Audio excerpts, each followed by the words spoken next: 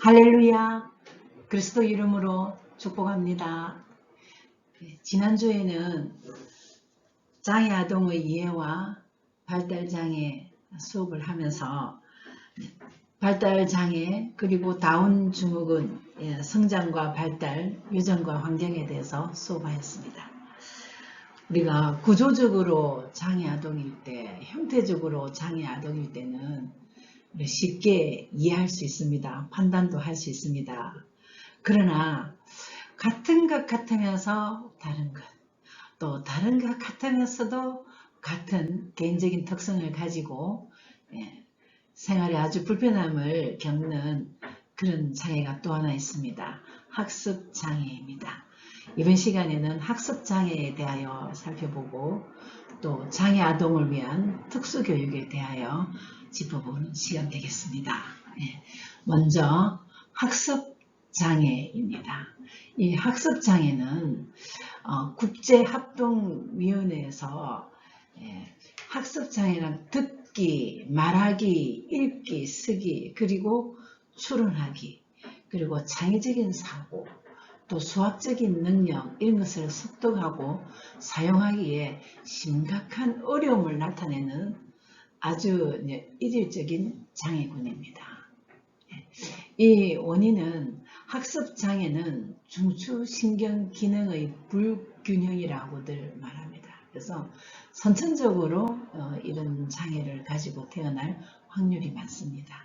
지난 시간에 얘기했듯이 태아기에 산모의 태내 환경에 많은 영향을 받는다는 학습을 했습니다. 즉 부모가 담배를 피워서 또 부모가 알코올을 너무 많이 섭취해서 특히 산모가 알코올을 너무 많이 섭취하거나 니코틴이 산모의 몸에 남아있거나 이럴 때에 선천적인 아이가 태어나기 전에 벌써 심장질환이라든지 혈관질환을 가지고 나올 수 있다라고 배웠습니다. 근데 이 학습장애 역시 출산 당시 태아가 받은 충격, 우리가 아기를 낳을 때 자연분만도 있지만 유도분만도 있습니다. 제왕절개도 있습니다. 그럴 때에 본의 아니게 충격적으로 정서적인 충격도 있지만 신체적인 충격도 있을 수 있습니다.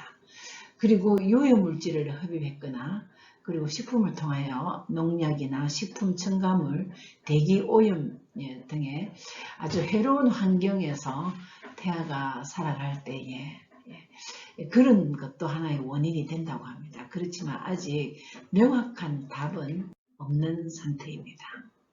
그리고 학습장애는 학습 능력을 습득하는 데 나타나는 장애입니다. 학습 능력. 우리가 겉으로 말하고 행동하고 소통하는 데는 별 어려움이 없습니다.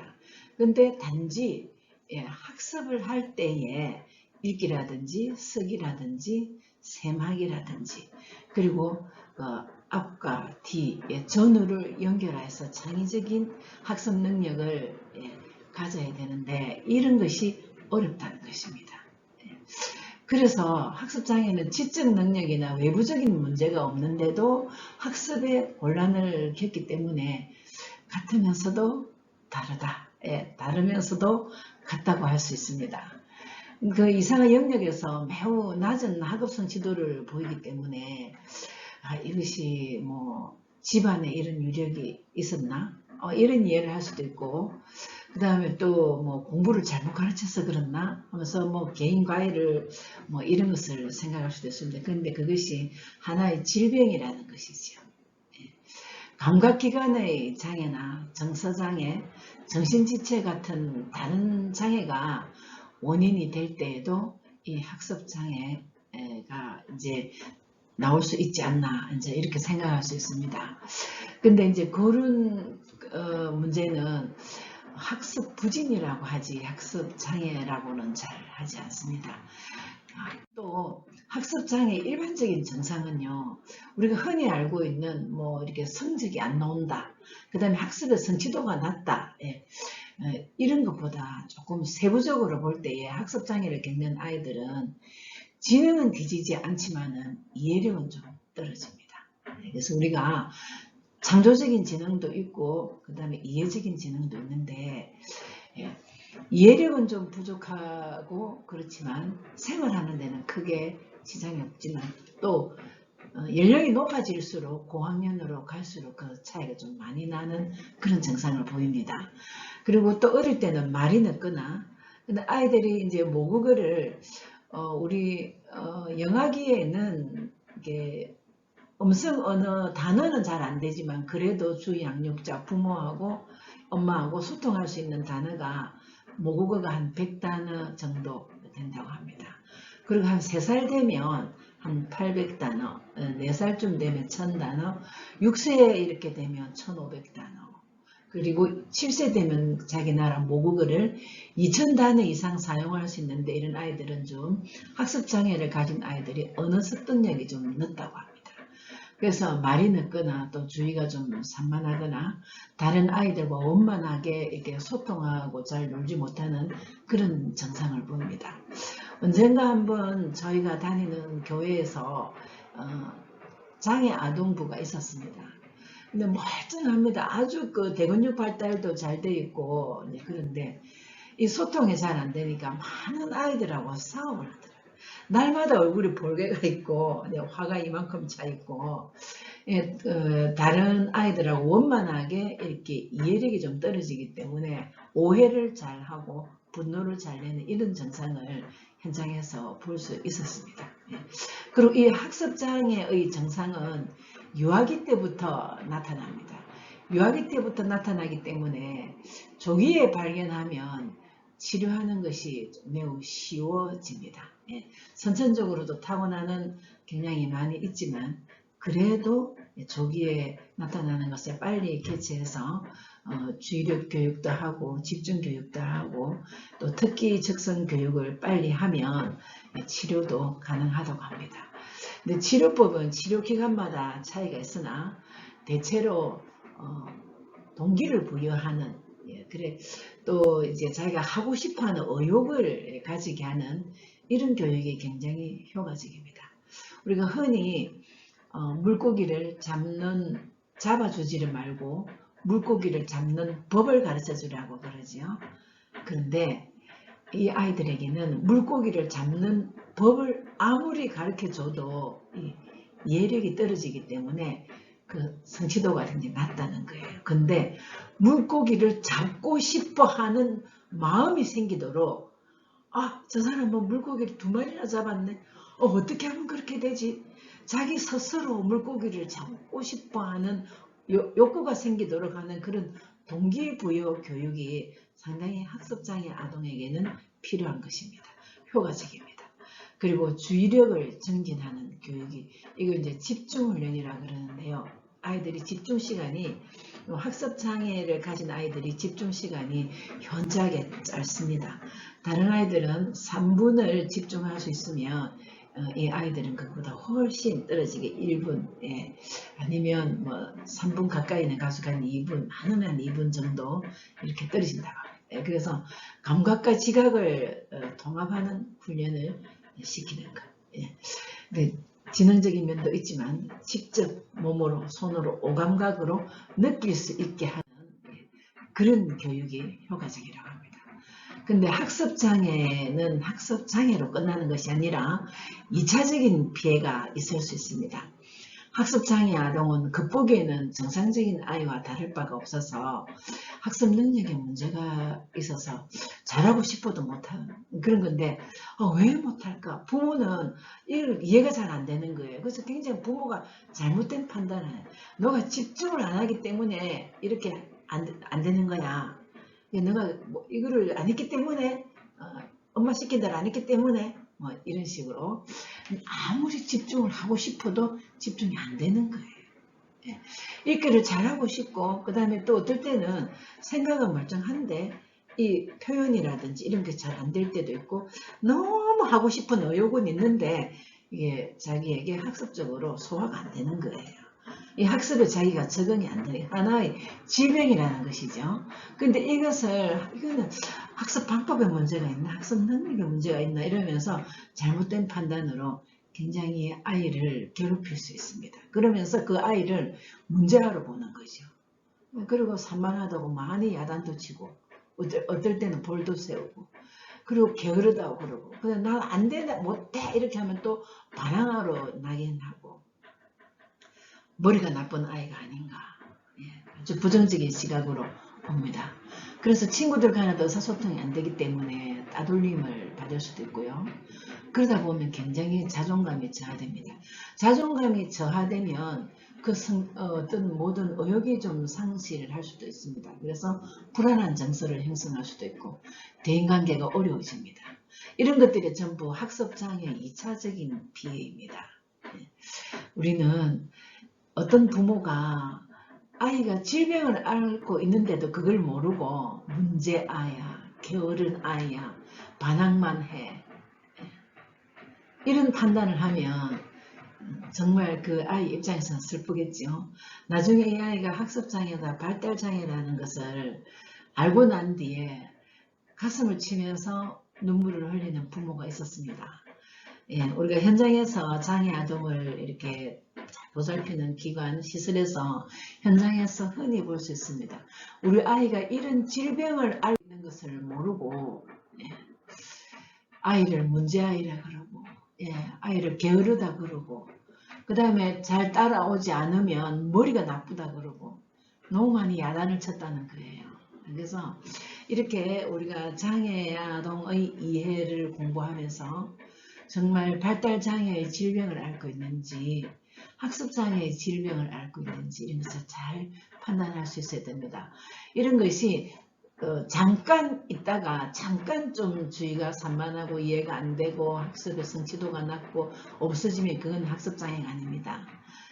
그런 것도 아니면서 계속 지속적으로 어려움이 나타날 때는 학습장애가 아닌가 하고 전문가와 상담을 해봐야 됩니다. 그리고 판단이 나면은 빨리 서둘러서 가장 부족한 부분부터 채워주고 또 가장 잘하는 부분은 그 아이가 즐겁게 할 수 있는 의욕이 일어날 수 있도록 동기부여를 해주는 그런 교육을 해야 됩니다. 그리고 학습장애는 단순히 공부만 못한다고 하는 그런 병이 아닙니다. 아무리 노력해도 아이의 성적이 기대에 못 미친다고 해서 학습장애가 아닐까 하고 의심할 필요는 없습니다. 근데 아까도 얘기했듯이 듣기, 말하기, 추론하기, 특히 수학적인 능력 이런 부분 외에 전반적으로 성적이 떨어질 때는 가정환경이라든지 그리고 아니면 체력의 저하라든지 이런 걸 통해서 성적이 좀 떨어질 수 있습니다. 그건 다시 말하면 학습 부진이 될 수 있습니다. 근데 외부적인 문제가 원인이 되어서 학습에 어려움을 겪는 경우, 이제 환경적인 문제이겠죠. 물론 유전적인 문제도 있습니다. 똑같은 부모에서 태어난 형제라도 아주 지능이 높은 아이가 있는가 하면 지능이 아주 떨어지는 그런 유전적인 문제도 있습니다. 그러나 유전적인 문제는 요즘 너무 교육 시스템도 잘 돼 있고 교구라든지 시청각 교육이 잘 되기 때문에 웬만한 것은 노력만 하면 극복할 수 있고 그 다음 또 지금은 공부 잘해서 잘 사는 시대는 아니잖아요. 그건 전부 옛날 말이잖아요. 물론 잘하면 좋겠지만 그래도 그 아이가 타고난 재능을 찾아서 그 재능을 길러주면 얼마든지 아이가 즐겁게 살아갈 수 있고 사회에서 귀한 존재로 자기 정체성을 확립할 수 있습니다. 근데 학습장애 외에 외부적인 환경적인 문제라든지 심리적인 문제로 성적이 떨어진다. 이것은 학습 부진이라고 할 수 있습니다. 그래서 학습 장애와는 좀 구분되는데요. 학습 부진은 질병이나 장애라고 할 수 없습니다. 이런 아이들은 교육 방법이나 교육 방향 그리고 교육 내용 이런 것을 새롭게 아이에게 맞춰서 접근하면 쉽게 해결될 수 있습니다. 그러면 우리는 장애 아동에 대해서 어떻게 인식할 것인가 다시 한번 정리를 해봐야 되겠습니다.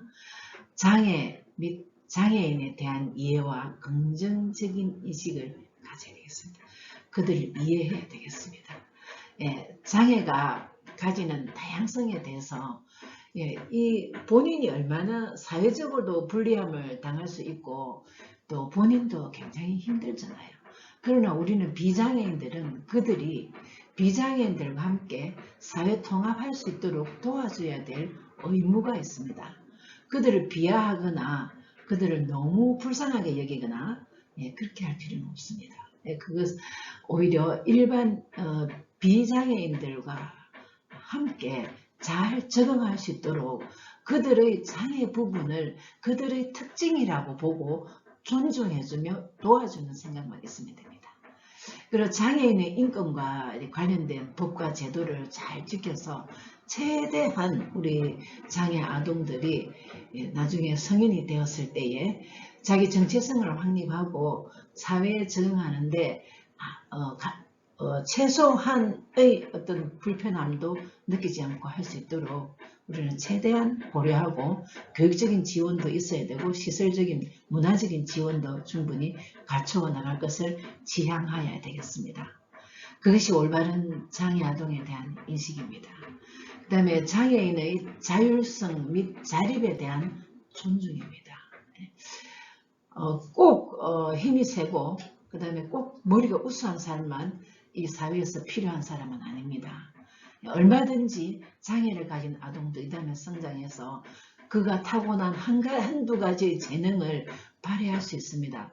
그걸 가지고 자기가 자립할 수 있도록 우리는 도와줘야 되고 인정해줘야 됩니다. 어떤 사람은 장애인이 하는 업체에는 뭐 제대로 하겠나, 제빵을 만드는 제과점인데 이제 제빵 기사가 장애인이었습니다. 저 시력도 별로 안 좋은데 손도 좀 덜덜 떠는데 제대로 하겠나 이러면서 기피하는 경향이 있습니다. 이것은 그들의 자립에 대해서 존중하는 태도가 아닙니다. 우리 비장애인들은 그냥 쉽게 할 수 있는 일도 우리 장애 아동들 또 장애 성인들은 너무나도 심혈을 기울여서 아주 많은 시간을 들여서 그걸 만들어내기 때문에 오히려 비장애인보다 더 정성을 기울인다고 볼 수가 있습니다. 다시 말하면 장애인의 자율성 또 자립에 대해서 존중하고 오히려 힘과 용기를 주는 그런 인식을 가져야 되겠습니다. 장애가 가지는 다양성, 내성마비 친구의 손도 이렇게 돌아가고 몸도 이쯤거리지만 그림을 그리는데 비장애 아동보다 훨씬 잘 그리는 아이들 많이 있습니다. 그리고 그들이 사용하는 보조기구나 그 다음에 편의시설 이런 것에 대해서도 쉽게 접근해서 우리는 다다다다 이렇게 뛰어갈 수 있는 것도 그들은 뛰어가지 않고도 휠체어를 타고 갔더라도 그 시설과 그 공간에 얼마든지 들어가고 사용할 수 있도록 그렇게 살펴야 하는 것입니다. 또 도와주고 지원해야 되는 것입니다. 그래서 모든 건물을 지을 때에 비장애인만큼 우리 장애인도 얼마든지 적응하고 충분히 편하게 쓸 수 있도록 그 시설을 함께 만들어 가야 된다는 것입니다. 우리가 성경적으로 볼 때에 장애 인식에 대해서 한번 생각해 보겠습니다. 장애인도 선천적으로 후천적으로 자기가 원해서 장애를 가진 아동이 되는 것은 아닙니다. 그러나 그들은 우리와 똑같이 비장애인과 똑같이 하나님의 형상을 닮은 존귀한 존재입니다. 하나님의 구원의 대상이었으며 자녀였으며 지금도 마지막 날까지 천국 백성입니다. 신약에서는 하나님께 크게 영광 돌리는 표적과 기사의 도구로 사용받았습니다. 날 때부터 안전뱅이 그리고 시각장애인 그리고 나환자들 유난히 같은 삭개오 그들에게는 비장애인보다 하나님의 영광을 더 크게 드러낼 수 있는 개인적 특성 즉 바로 장애라는 조건이 있었기 때문에 그것을 통하여 하나님께 더 큰 영광을 올려드릴 수가 있었습니다. 장애인에 대한 부정적 편견은 특히 우리 그리스도인들은 버려야 되겠습니다.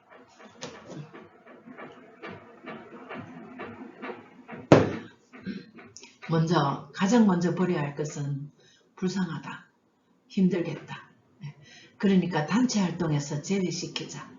이런 것은 동정일 뿐이지 지원이 아닙니다. 편견일 뿐이지 성경적인 장애 인식이 아니라는 것입니다. 장애인의 주체적 활동을 보장해주고 사회 참여와 활동에 불편함이 없도록 모든 동선에서 비장애인이 누리는 만큼 제공되어져야 한다는 것입니다. 그것이 바로 우리가 할 일입니다. 올바른 인식입니다. 그 다음 장애아 지도에서 지금 지원되고 있는 것은 특수교육입니다.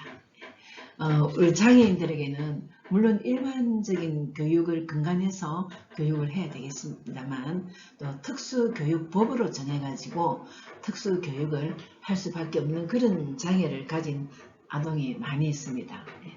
네, 그렇습니다. 장애를 가진 아동의 특별한 교육적 요구가 있습니다.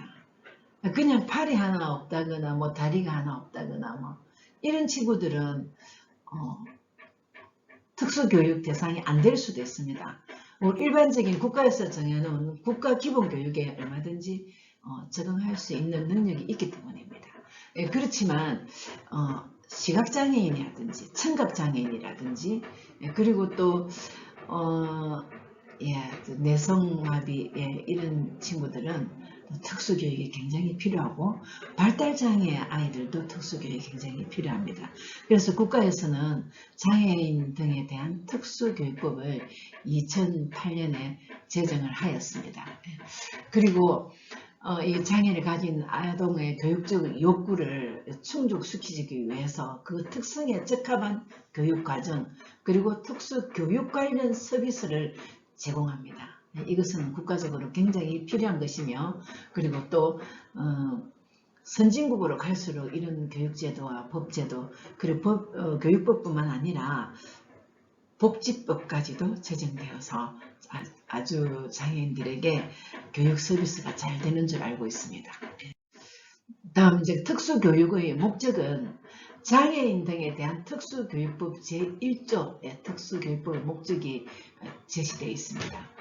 교육기본법 제18조에 따라서 국가 및 지방단체가 장애 및 특별한 교육적 요구가 있는 사람에게 통합된 교육 환경을 제공한다. 이 통합된 교육이라는 것은 일반 장애인을 장애인끼리만 모아놓거나 이렇게 하면 일반 사회는 아무래도 비장애인들이 많기 때문에 비장애인들과 함께 통합된 생활을 언젠가는 해야 되는데 그것이 어렵다는 거예요. 그래서 생애 주기에 따라 이 말은 유치원에 갈 생애 주기가 있고 초등학교 가야 될 시기가 있고 그 다음에 또 중학교에 가야 될 그런 시기가 있지 않습니까? 그래서 그런 주기에 따라 아이들이 학습을 할 때에 장애 아이들끼리만 모아서 하는 것이 아니라 비장애인들과 함께 합쳐서 학습을 할 수 있는